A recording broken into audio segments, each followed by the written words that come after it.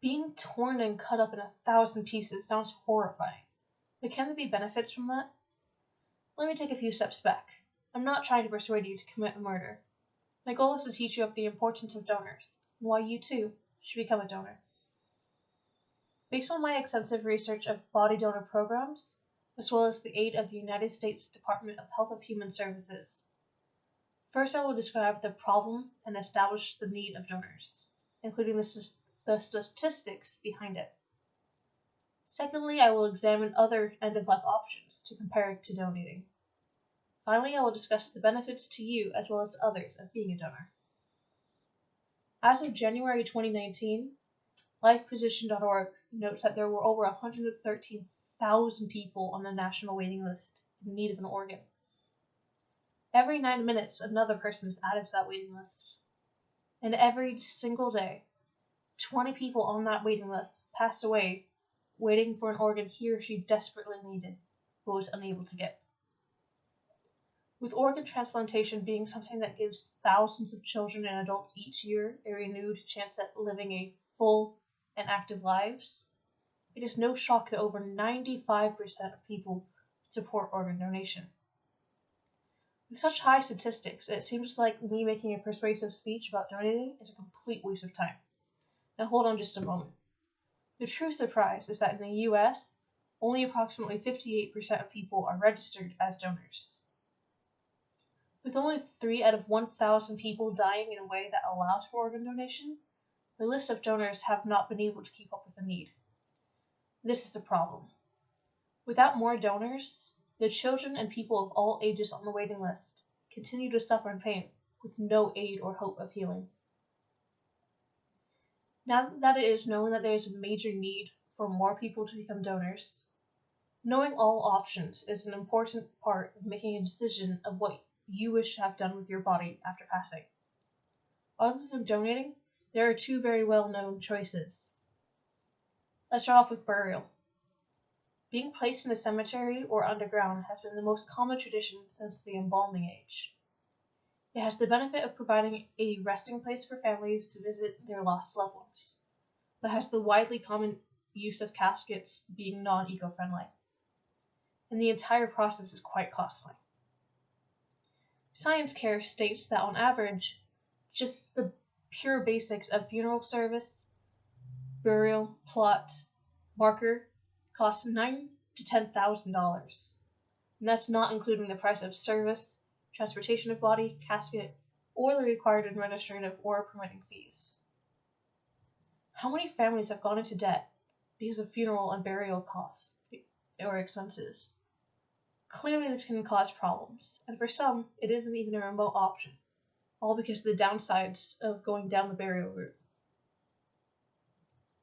The second choice is cremation. Cremation is the most versatile option in which still allows for a resting place if one's ashes is placed in an urn or scattered over a favorite place.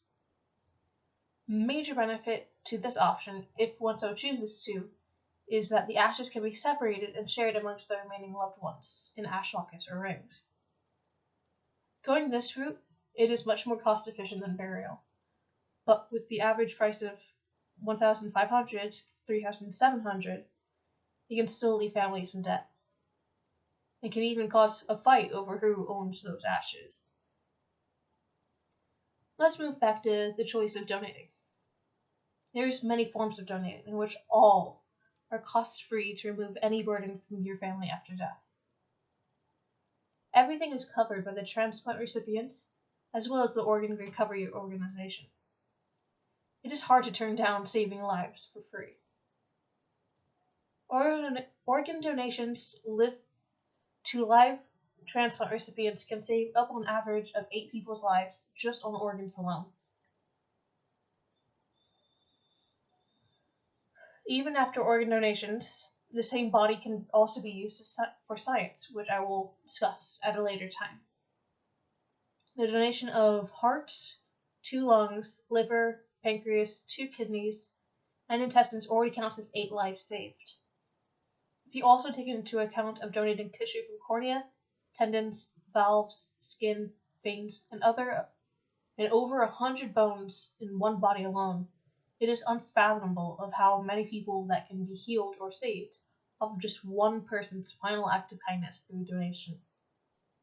There's no way around it. Funerals are difficult for everyone, yet a final gift can save lives and bring healing to other families. Something positive can come out of that pain. Not only is becoming a donor helpful to your own family in relieving stress and lessens costs, but it has many benefits to others. For some, an organ transplant means no longer having to be dependent on costly routine treatments to survive. For others, an eye or tissue transplant means the ability to see again or the freedom from pain. In the year of 2020, with COVID running rampant all over the world, including our own state of California, disease, viruses, and other sickness is something we all think about quite often. But how does that have anything to do with donations? Body, organ, and tissue donation is vital for researchers to improve their understanding of how diseases start and progress, as well as what keeps us healthy. Physicians Committee for Responsible Medicine states that there is no substitute for human tissue when studying the human body. Through donation, scientists are able to advance our understanding of disease and development of new treatments. Research breakthroughs of Alzheimer's disease, cancer, heart disease, diabetes, Parkinson's, and so much more have been made possible because of individuals' choice of donation. Full body donation also plays a critical role in helping medical and health-related science students master their comprehension of the complex anatomy of the human body. Medical students and other healthcare professionals use human bodies to learn and perfect the skills that will one day benefit the health of society. You don't want your doctor to not know what he or she is doing before operating on you, do you? Let's review. So far, we have learned that there is a serious need for donors to match the waitlisted to patient ratio. Second, we examined other end-of-life options and compared them to donation. Finally, we discussed the benefits to you and to others of being a donor. I am proud to say that as of September 2020, the waiting list has dropped to 109,000, but there is still a lot more to do, and many more donors that are needed. Help a child be able to play again. Help a father be able to continue to reach for his passions again. Help a grandfather see his grandchildren graduate. Help a mother finish what she started. Go become a donor today.